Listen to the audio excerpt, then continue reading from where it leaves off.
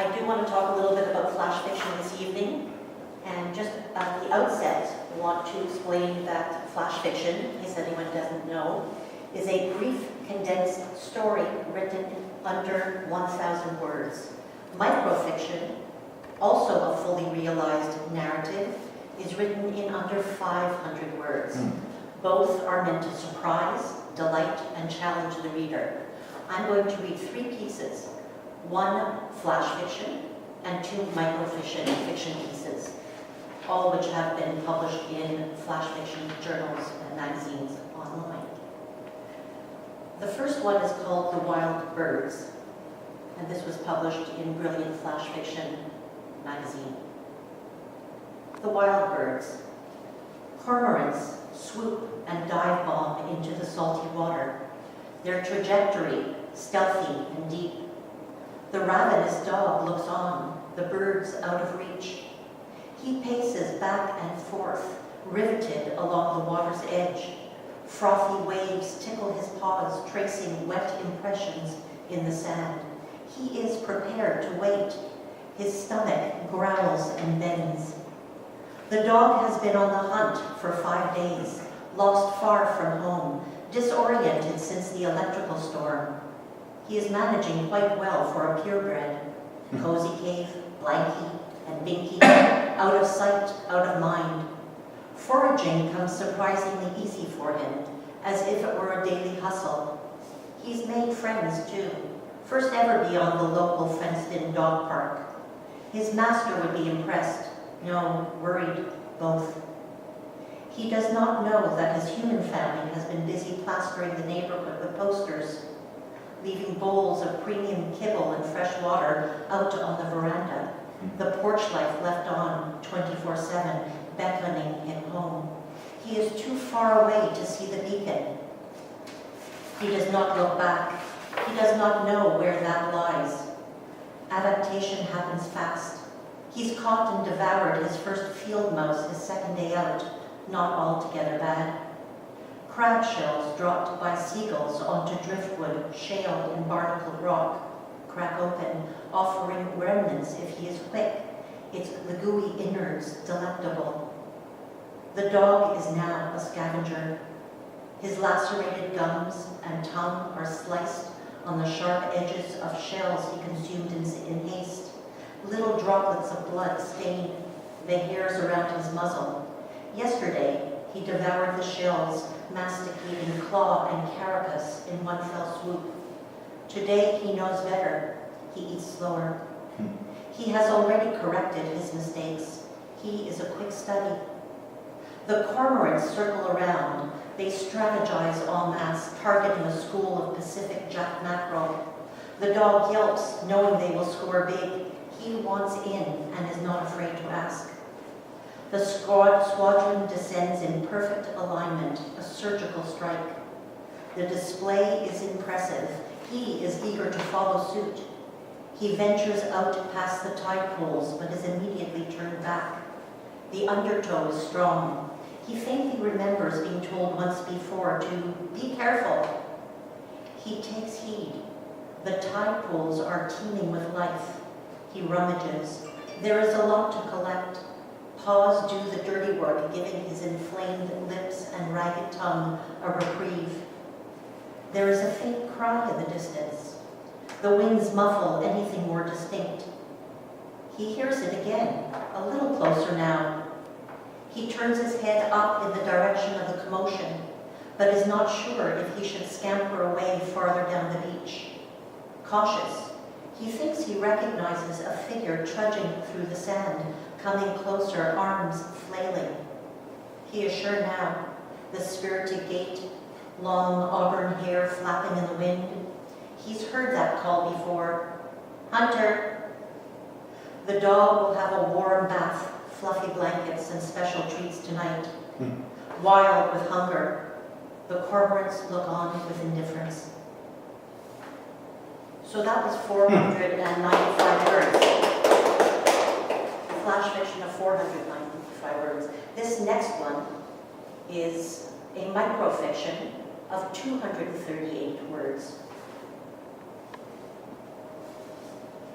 losing it. Hector unzips his pants, letting them drop to the floor. He recalls the first time he and Deborah made love. Loud squelching sounds echoed as they writhed, slipping and sliding up and down creamy Naugahyde seats the afternoon they christened his new Chevrolet. Now, climbing up onto the table, dove gray vinyl grabs his rosy poultry skin, reproducing that same juicy sucking sound. It doesn't want to let him go. Deborah wants proof. If you love me, she repeats. Is she just teasing, testing maybe? He's running around in circles trying to figure out which. There is still time to back out, he reminds himself. He looks down at it. A fish flapping on a hot deck, straining for a molecule of water, not a pretty sight. He feels feverish, but not from any flu bug. It is the image of the guillotine he can't get out of his mind. He looks around for a swig, licking dry lips. No chance of rum. They don't keep anything but Marcaine and Xylocaine on site, the nurse announces. Her silky fingers press his flesh flat against bone. He feels bitter, but he's not going to beg her to stop. He should have done that with Deborah. She prepares a 27-gauge, 1.5-inch needle ready to insert. It's only a circumcision, Deborah reminds him. He's not pissed, he tells her, but he decides he's going to buy himself a new truck. So this next one is also a microfiction, and it's 369 words. And I mentioned the number of words just to give you an idea of what can be crafted in a very short space. This one's called What a Babe. What a babe. He stands up erect as she approaches the table. She is a vision of sea breeze and morning glory. Her stride, a diaphanous runway walk. Subduing a rising blush, he slides up the upholstered chair and catches a tumble of soft brown curl as she folds into her seat. What a babe. Conversation is easy, peppered with delightful laughs in all the right places. She twinkles like fairy dust. He suppresses a boyish guffaw. She's studied in France, traveled throughout Spain, and works at an NGO. Candlelight washes over her porcelain skin. His scorecard is filled. They study the menu. She gladly follows his lead. It's Mongolian rice, scorched rabbit with beet chips, and warm pear with mint. Sipping wine, he fingers her wrist, playing lightly with her gold chain. She worms her way, lacing her fingers in his. It was only a few days ago that they met online, light chit-chat and playful banter, and here, now, something is beginning. The dishes arrive steaming. They exchange bon appetit. At first, he attributes the noises to simple enjoyment. She must find the meal tasty. To her liking, he tells himself. Her chewing, chomping, slurping, gurgling is boorish and loud. She seems unaware. He watches her hoover the medley into her mouth, wide like a midnight truck stop. Her mandible palpates in slow-mo, lips flashing, flapping, teeth gnashing, yeast staining the relationship. Transfixed, he dangles his fork midair like a calder mobile. For relief, he shifts his gaze to the mural baked into the back wall, a sumptuous but serene garden scene. The soulful deer and her fawn graze quietly among willowy pampas grass, the play of light on the water pool fresh and alluring. He turns back to the beauty as she flicks her long chameleon-like tongue to retrieve a burgundy droplet spilling at the corner of her mouth. She throws the sticky lingual out and wraps it around a tender morsel of rabbit. It disappears faster than the click of a shutter button. The crunch of bone, audible. wants proof. He pulls out his iPhone and says, "Cheese? For Instagram, honey." She smiles demurely. A thin, shiny tail whips back and forth through clenched teeth like black licorice. That's it.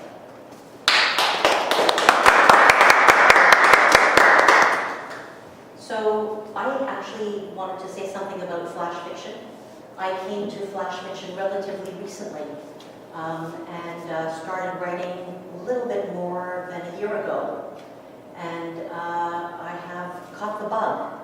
There's something about flash fiction. It's immediacy, it's play with words, and the satisfaction that one can have in being able to craft, sculpt a piece in a relatively short period of time from inception. Really, flash fiction is about writing a story quickly, but then the revision process is really where the work begins, and the time is spent in molding and sculpting and playing with words, metaphor, rhythm, cadence, I'm obsessed with the form. So if there's anything that you'd like to ask or talk about flash fiction, I'm willing to give it a go. How many of some of these stories that were longer short stories or something like that, it's not quite working, maybe if I crunched it down to 500 words or 1,000 words, it That's a great question. Better. That's a great question, because really flash fiction does not start off as a long story. It starts off with the intent to have a full arc, but within a very short period of time. Sometimes the pieces that I begin are done so by a prompt of 250 words. Craft something with this notion in mind, and do it within 250 words. So it has to come together very quickly. And it's definitely not from a longer piece or a longer story that perhaps failed. It actually can start off by a sentence or a couple of sentences and evolves to the full story idea within a very small number of words. So no, it's not really a long that has been whittled down. For me, it's at least more the reverse, where I'm starting off with something very small and I kind of build it up a little bit in the middle. I usually have my first sentence right away, and then I may have the ending, and then I build it in the middle. Do you ever write about the same characters in more than one piece? No, I actually don't think that I write about characters. I think I write about mood or about a dynamic, but I've never thought of any of my pieces as having a character. Although I am working on a series of flash fiction pieces, and each of them have a dog in them. But the theme, the story, the tone, the adventure is altogether very different. And the inception of the story is different. How you arrive at the element of the dog is quite different. I actually want to have a collection, a book out with a dog. So, how long does it take to write an average? well, everybody's going to be different, but for me, when it's working very quickly, however, I can agonize and spend forever tweaking one word here, one phrase here, and I will do it over and over and over again, and it takes me a long while to feel that the piece is finished. So how long does it take? I participated in a number of online workshops, and in those workshops one is given a couple of prompts over a period of a week, and so if I'm involved in the process, I'll start the piece one day and perhaps finish it within a day and a half. So that's kind of fast, I think. That's the beauty of flash fiction, to be able to feel that you've completed and produced something. Do you have to kill your darlings, and how Oh. painful is it? Painful? Is it? Just as your experience, similarly very painful. And I have, of course, a lot of pieces that are still sitting there that are not ready for primetime playing kind of thing, because I won't let go of those darlings for some reason. But I keep on thinking that, okay, I'll have another piece where I can move that element to, and so they sit and wait. But yeah, it's tough, isn't it? I loved in your work, I love the balance of imagery. It was really a nice surprise to see so much rich imagery in such a short space of time. And it's really helpful what you said about mood. That's really helpful to understand the genre. Oh, thank you. Actually, flash fiction does straddle the boundary or the line between poetry and prose, I think. That there's a lot of attention made to metaphor, simile, a lot of imagery. Yeah. Thank you so much. Oh, I was going to ask a question. Where do you get your word limits from? Like, do you impose them yourself sometimes? And then, sometimes they must be for like, contests or like, specific anthologies or maybe something like that. Right. Were it to be the case, I've never entered into a contest. I don't see myself doing that. And there has been an anthology that did have a word limit, but the word limit is couched under the term flash fiction, and I guess flash fiction writers know what that is, usually under 1,000 words, unless there's a specific limitation within that says microfiction. Again, that would be under 500 words. But generally, I started off writing stories similar to the first one I read today, which was a little bit closer to 500 or a little over 500 or even more. And now I just automatically kind of pull them together with around the 300 mark. So I don't really gravitate towards opportunities that ask for a different kind of word count. It just feels comfortable to work at that level right now. Okay. And most of your work then, do you publish it online? And then with the sort of goal in the end of maybe doing a larger publishable book of all your pieces? Is that? I do try to put them out and submit them to online journals, of which there are hundreds and hundreds globally for flash fiction. It's incredible the kind of community that exists out there globally, which is tight-knit and accessible to one another through our little internet. And so, yeah, I do publish in journals, and there are anthology opportunities too, but that takes a longer time for that to be realized, and somehow the turnaround I enjoy happening quickly. So journals is my thing right now. And what was the other part of the question?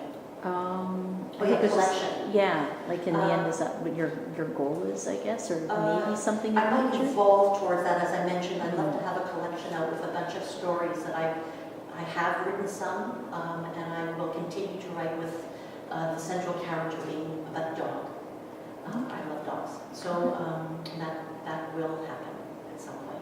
But I do want to mention that I do have a book out in October, and that's about the group of 7. Okay. And I won't say too much because I'm not quite ready to spill the beans on that fully, but there will be more detail coming out in the next number of months. And that's been a very exciting project. Is that a non-fiction book, or can you even It's say? fiction. Oh, fiction. Yeah, but it Okay. has to do with the group of 7, the Canadian modernist Mhm. landscape painters. And on every page there are gorgeous, stunning images of their work, their painting. The group of 7 is having a 100-year anniversary coming up in 2020. And this book on the group of 7 has been put together to celebrate their genius. Awesome. Thank you so much. Did you have something else you wanted to talk about that's unrelated to writing? or- Unrelated. Yeah, or maybe slightly related, but just something different? What I want to suggest. As I said, I love dogs. I have a big dog. The reason why I want to mention that is that I walk in the forest 4 or 5 times a week near on the endowment lands near UBC. And I often will write my stories and portions thereof as I'm walking the trails on my iPhone. So in my notes, I have lots of sentences and ideas, and sometimes I will actually revise while I'm walking. Not to say that I'm not aware of my surroundings, and I am with technology and ignoring the beauty of that milieu, but that is a great space for me. And I go with my dog. I also also in the summer spend a lot of time on Kids Dog Beach, Mhm. writing my flash fiction, revising, and reading too. So it's all dog-driven, dog-centric. It's a dog-centric world for me. Are you taking audio notes then? Is that what you're doing? Or No, you're I'm actually writing my typing? notes. Okay. You know that note app Yeah. on your iPhone? Mhm. Are you reading it to your phone or are you typing it? Typing. Oh. Yeah. Wow. Thought you were going to say, am I reading to my dog? No, not going that far. And what kind of dog do you have then? I have a big dog. I actually have two dogs. My daughter Gabrielle is reminding me. But the only one I go with into the forest or on the beach is the big dog. His name is Hunter. He was in that story that I read this evening. And he is a big bird dog called a Hungarian Vizsla. Highly athletic Oh, and lovely, lovely animal companion. Hungarian Vizsla. Vizsla. Vizsla. and your other dog is a, Right, I keep forgetting. I'm so sorry to him. must be a tiny He's little. a tiny little thing. He's a little rescued chihuahua, Oh, and he's a sweetheart. Do you speak Hungarian? I don't. Does the dog? Never, Not that you know of, Possible. but barks in Hungarian. okay. Thank you so much. Thank you. Yeah, thanks.